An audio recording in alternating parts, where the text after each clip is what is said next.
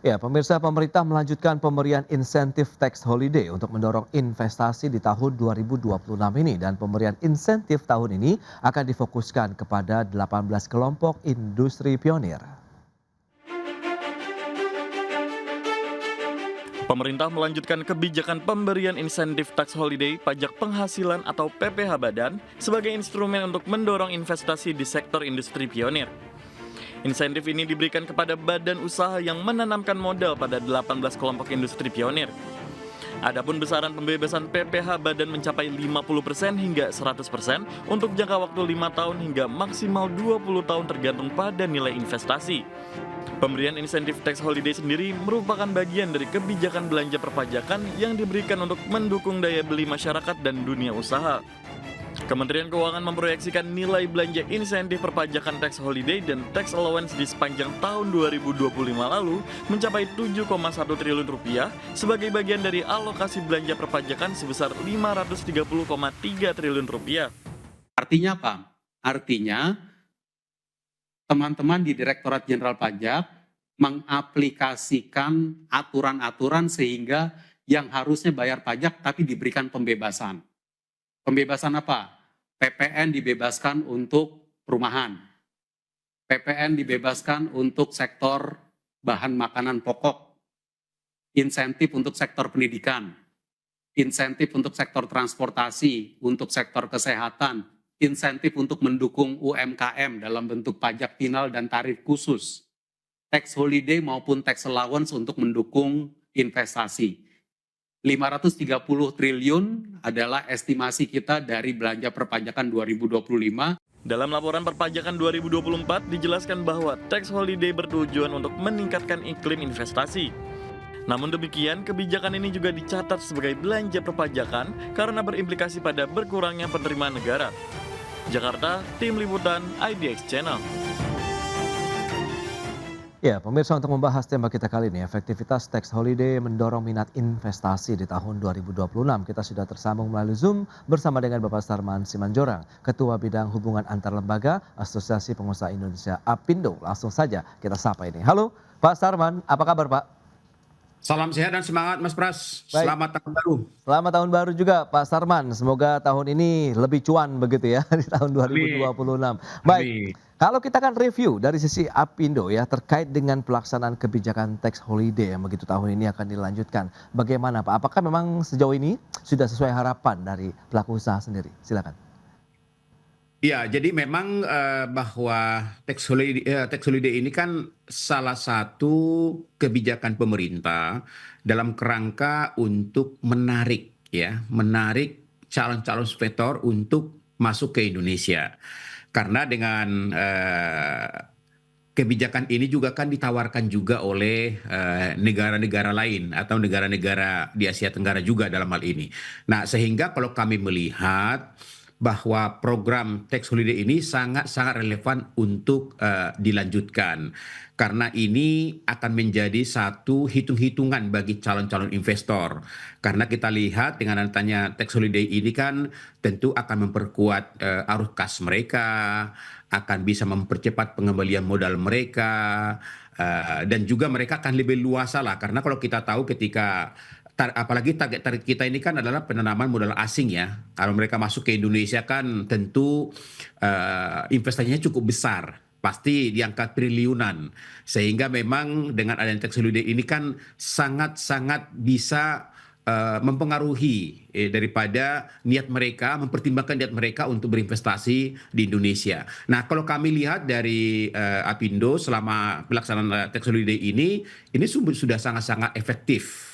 Ya, karena ini juga merupakan salah satu bagian daripada daya saing kita terhadap calon-calon investor. Karena saya katakan tadi negara-negara pesaing kita juga katakanlah seperti Vietnam, Thailand, Malaysia dan lain-lain itu juga memberikan kebijakan yang sama dalam hal ini. Nah, sehingga ini sangat-sangat sangat tepat untuk dapat dilanjutkan. Karena pemerintah kan akan segera merevisi PMK nomor 69 tahun 2024 karena di PMK ini kan akan berlaku sampai 31 Desember sehingga memang harus ada PMK yang baru untuk tahun 2026 ini gitu. Baik, jadi sudah tepat dan relevan ya dengan kondisi dunia saat ini, khususnya dunia investasi di Indonesia. Nah, kalau kemudian tax holiday tersebut berpengaruh terhadap peningkatan nilai investasi, apakah memang itu menjadi tujuan selama ini kalau kita bicara mengenai tax holiday, dampaknya begitu untuk peningkatan nilai investasi sendiri, Pak Sarman?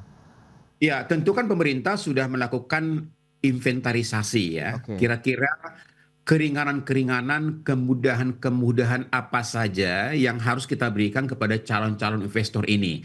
Terlebih kita tahu bahwa target investasi kita ini kan dari tahun ke tahun itu meningkat tajam. oke. Misalnya seperti tahun ini kan sudah target pemerintah kan mencapai 2.175 triliun.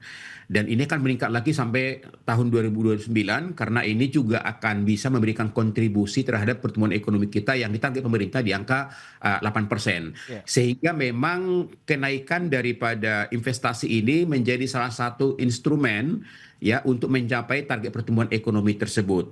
Nah, untuk itu memang bahwa walaupun ya kita tahu bahwa memang tax holiday ini bukan hanya salah satu faktor ya, tapi masih banyak faktor-faktor yang lain juga yang harus kita benahi. Jadi artinya tax holiday ini ketika pemerintah memberikan kebijakan ini harus juga dibarengi juga dengan perbaikan-perbaikan pelayanan kita di sektor lain. Masalah perizinan, Oke. kemudian juga situasi politik, kemudian juga keamanan, kenyamanan, infrastruktur, energi, lahan, termasuk isu korupsi. Nah, ini juga menjadi hal-hal juga yang harus kita benahi karena bagaimanapun saya katakan tadi bahwa tax holiday ini kan hanya salah satu faktor yang harus kita berikan dalam rangka meningkatkan daya saing kita menjadi salah satu negara yang layak dan peluang untuk investasi begitu. Oke, nah kalau kita bicara mengenai kebijakan tax holiday yang selama ini berlaku begitu, menurut Anda cukup kompetitif tidak kalau kita bicara dengan negara-negara lain begitu, apalagi dibandingkan dengan kebijakan-kebijakan fiskal yang sudah Anda sampaikan tadi begitu, negara lain pun menawarkan hal yang sama, bahkan mungkin ada yang lebih baik lagi dari Indonesia begitu, Pak Sarman. Ya, kalau kita lihat Mas Prasia, penerapan insentif ini berbeda-beda ya di Oke, setiap negara ya. Dapat berubah-ubah juga sesuai dengan kebijakan dan kebutuhan masing-masing negara dalam hal ini. Ya, karena kalau kita lihat juga ya selain tax holiday juga kan ada seperti tax allowance misalnya, kemudian juga ada super tax deduction misalnya. Jadi artinya bahwa kalau dilihat apakah juga kompetitif, ya ini sudah sangat-sangat kompetitif karena oke. bagaimanapun kita harus bisa mengimbangi kebijakan-kebijakan atau kemudahan-kemudahan yang diberikan oleh negara-negara lain terhadap calon investor kita Hmm, gitu loh. ya, ya, ya. Calon investor, nah termasuk kita di sini gitu loh. Jadi kalau katakanlah di negara lain memberikan sejenis, ya mau tidak mau juga kita harus juga memberikan sejenis gitu. Karena yang saya katakan tadi, kita ini kan jualan gitu kan, jualan bahwa kita memiliki peluang-peluang investasi. Tapi peluang investasi ini juga harus diberikan semacam daya tarik untuk mereka karena mereka juga keadaan pilihan ya, pilihan-pilihan negara. Cuman memang kita lihat bahwa kita ini memiliki satu keunggulan. Keunggulannya apa? Kita memiliki populasi nomor 4 terbesar di dunia, bahkan di ASEAN. Kemudian kita juga memiliki sumber daya alam sebagai pendukung investasi. Jadi artinya kelebihan-kelebihan ini harus juga kita barengi juga dengan kemudahan-kemudahan yang lain gitu Mas Pras. Oke, nah kalau kita bicara mengenai kemudahan-kemudahan yang lain, kalau Anda katakan juga memang tax holiday di Indonesia yang sudah diberikan oleh pemerintah sudah cukup kompetitif. Nah ini apa yang diharapkan? Kalaupun tantangan yang tadi Anda sampaikan juga masih cukup banyak PR-PR yang harus dituntaskan begitu ya dari sisi perizinan tadi, kondisi sosial politik di dalam negeri, infrastruktur, masalah lahan dan energi begitu. Bahkan Anda menyebutkan tadi terkait dengan korupsi begitu, Pak Sarman. Ya, jadi saya rasa memang gini, bahwa pertama penerapan tax holiday ini Oke. ketika dilanjutkan, pemerintah juga harus melakukan suatu survei Hmm, atau evaluasi, ya, ya ya. kan? Sejauh mana selama ini para calon-calon investor ini betul-betul bisa memanfaatkan tax holiday yang ditawarkan oleh pemerintah ini. Itu satu. Yang kedua, tentu berbagai ya kemudahan-kemudahan yang saya katakan tadi, ini juga harus dilakukan perbaikan oleh pemerintah. Contohlah misalnya gini ya, media kita saat ini, media nasional kita tiada hari tanpa berita korupsi, gitu kan?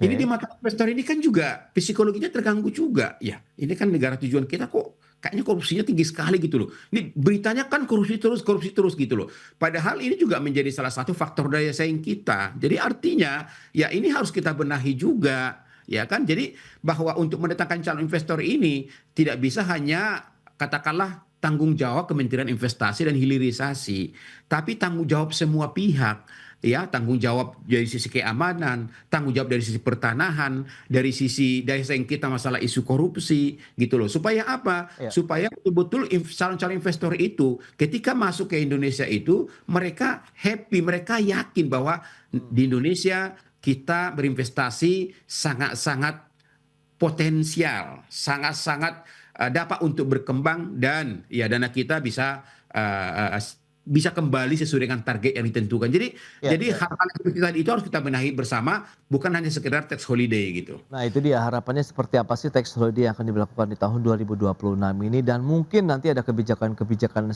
pengikutnya begitu ya, yang diharapkan bisa menjadi pelengkap. Kita bahas lebih jauh di segmen berikutnya Pak Sarman. Kita akan jeda dulu sebentar ya dan pemirsa kami akan segera kembali sesaat lagi. Ya, Anda masih menyaksikan Market Review pemirsa dan kembali kami sampaikan data untuk Anda. Kita akan cermati bersama seperti apa sih nilai belanja perpajakan seperti yang bisa Anda saksikan di layar televisi Anda untuk tax holiday. Ini kita akan cermati dengan rentang tahun 2021, 2025 dan juga tahun 2026 ini. Ini kita lihat di tahun 2021 tax holiday sekitar 7,2 triliun rupiah. Kemudian di tahun 2022 naik menjadi 7,99 triliun rupiah, tertinggi dalam 6 tahun terakhir. Kemudian di tahun 2023 turun sampai dengan 2024 di 6,26 triliun rupiah. Kemudian di tahun 2025 lalu proyeksi kita lihat mengalami kenaikan dibandingkan tahun 2024 menjadi 6,72 triliun rupiah dan naik lagi untuk tahun 2026 ini diharapkan bisa menyentuh 7,33 triliun rupiah untuk nilai belanja perpajakan tax holiday begitu ya. Lantas bagaimana dengan belanja negara yang diharapkan ini bisa menjadi motor penggerak ya roda perekonomian Indonesia. Di tahun 2020 untuk belanja negara mencapai 2.595,48 triliun. Kita lihat trennya naik terus ya sampai dengan tahun 2025 sudah menyentuh 3.451,4 triliun rupiah, sementara proyeksi tahun 2026 ini diharapkan mencapai 3.842,72 triliun rupiah untuk belanja negara. Dan selanjutnya kita akan cermati data berikutnya, kita akan lihat dari sisi realisasi investasi. 2019 809,6 triliun, kemudian di tahun 2020 naik 826,3 triliun dan trennya naik terus sampai dengan tahun 2021 sudah mencapai di atas 1.000 triliun, tepatnya di 1.207 triliun. 2023 demikian juga naik terus sampai dengan 2024 1.714,2 triliun dan tahun 2025 proyeksinya bisa menyentuh 1.905 triliun rupiah untuk realisasi investasi. Kita lanjutkan kembali perbincangan bersama dengan Bapak Sarman Simanjorang, Ketua Bidang Hubungan Antar Lembaga Apindo. Baik, ya beberapa data tadi yang sudah disampaikan Pak Sarman, apa yang bisa kita lihat begitu kalau bicara mengenai bagaimana harapan dari dunia usaha Apindo khususnya terkait dengan tax holiday yang diperpanjang di tahun 2026 ini, Pak Sarman?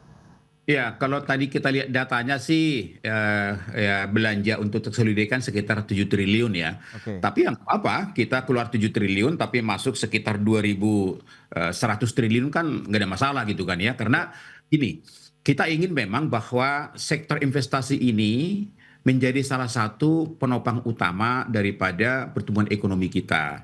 Ya, kita harus pelan-pelan, harus mampu menggeser pertumbuhan ekonomi kita ini jangan didominasi ditopang oleh konsumsi rumah tangga, ya. Tapi ke depan bagaimana pelan-pelan bahwa kekuatan pertumbuhan ekonomi kita ini sudah pelan-pelan bisa ditopang oleh katakanlah salah satunya adalah investasi. Kalau Oke. ekspor mungkin kita masih menunggu karena kita tahu di awal tahun geopolitik kita semakin memanas, tentu ini akan mengganggu daripada ekspor kita. Namun kalau kita lihat dari sisi target-target pemerintah dalam hal ini ya sudah sangat efektif karena kita lihat di tahun 2025 misalnya target 1.900 triliun ini bisa tercapai.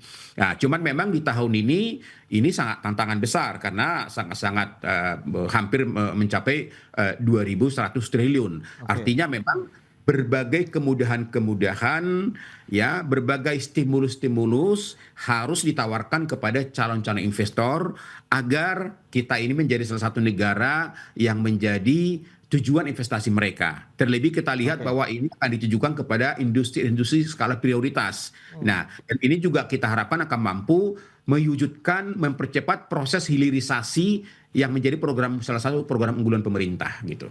Baik, hilirisasi yang memang menjadi game changer sebenarnya untuk industri di tanah air. Dan sudah bergabung ini ada Bapak Ahmad Nur Hidayat, ekonom dari UPN Veteran Jakarta. Langsung saja kita sapa. Halo Pak Ahmad, apa kabar? Halo? Kabar baik Mas, mohon izin Pak Ya, dengan Pras. Pak Sarman ya, dan nanti sudah bergabung tadi nih. Kita akan lanjutkan tadi kalau kita bicara mengenai efektivitas tax holiday sudah disampaikan oleh Pak Sarman cukup panjang begitu terkait dengan PR-PR yang masih dituntaskan, ada perizinan, sosial politik, infrastruktur, lahan dan energi. Nah, dari kacamata ekonom sendiri kalau kita bicara mengenai tax holiday, seberapa efektif ini bisa mendorong investasi di Indonesia? Apakah dengan kebijakan yang ada ini perlu kita tingkatkan lebih jauh lagi atau seperti apa ini Pak Ahmad? Ya, terima kasih. Dan saya kira begini, tax holiday ini sebetulnya adalah pemantik ya untuk Oke. satu investasi besar yang memang pemerintah ingin memprioritaskan ya. Hilirisasi, kemudian mobil listrik dan sebagainya. Saya kira menggunakan instrumen tax holiday secara textbooks ya itu akan efektif sebagai pemantik gitu. Oke. Tetapi ketika kita implementasinya ini tidak secara otomatis Pras akan sangat mendukung. Dan juga ada banyak faktor-faktor lain yang belum tentu ya meskipun kata sesuai dengan best practice Ya.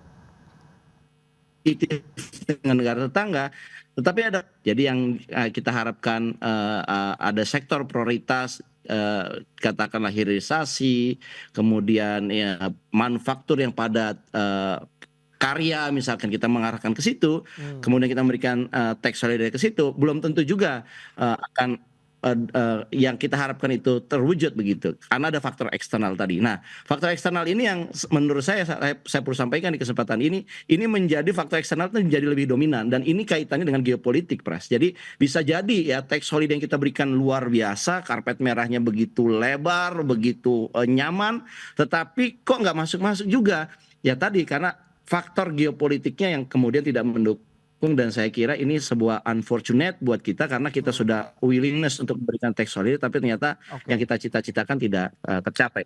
Ya, dari kacamata Anda Pak Ahmad kalau kita bicara mengenai kondisi global tadi, kita tahu juga kan konflik meluas begitu, bahkan daerah-daerahnya juga sekarang semakin melebar juga. Apa sih sejauh mana juga dampaknya terhadap perekonomian global, kemudian nanti dampaknya terkait dengan ekonomi Indonesia, aktivitas industri di sana yang mengingat Anda katakan dikhawatirkan akan menggerus efektivitas dari keberadaan tax holiday sendiri begitu untuk menarik minat investasi.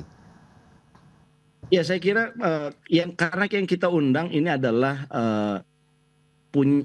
investasi-investasi yang sifatnya adalah prioritas ya. Oke. Kan pemerintah dengan apa istilahnya ekspor yang dimiliki kemudian kebutuhan kita sehingga kita belum pada sektor-sektor yang tinggi ya.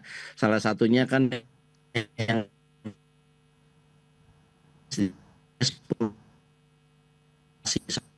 kemudian EV juga dengan mall juga pada tren itu. Ini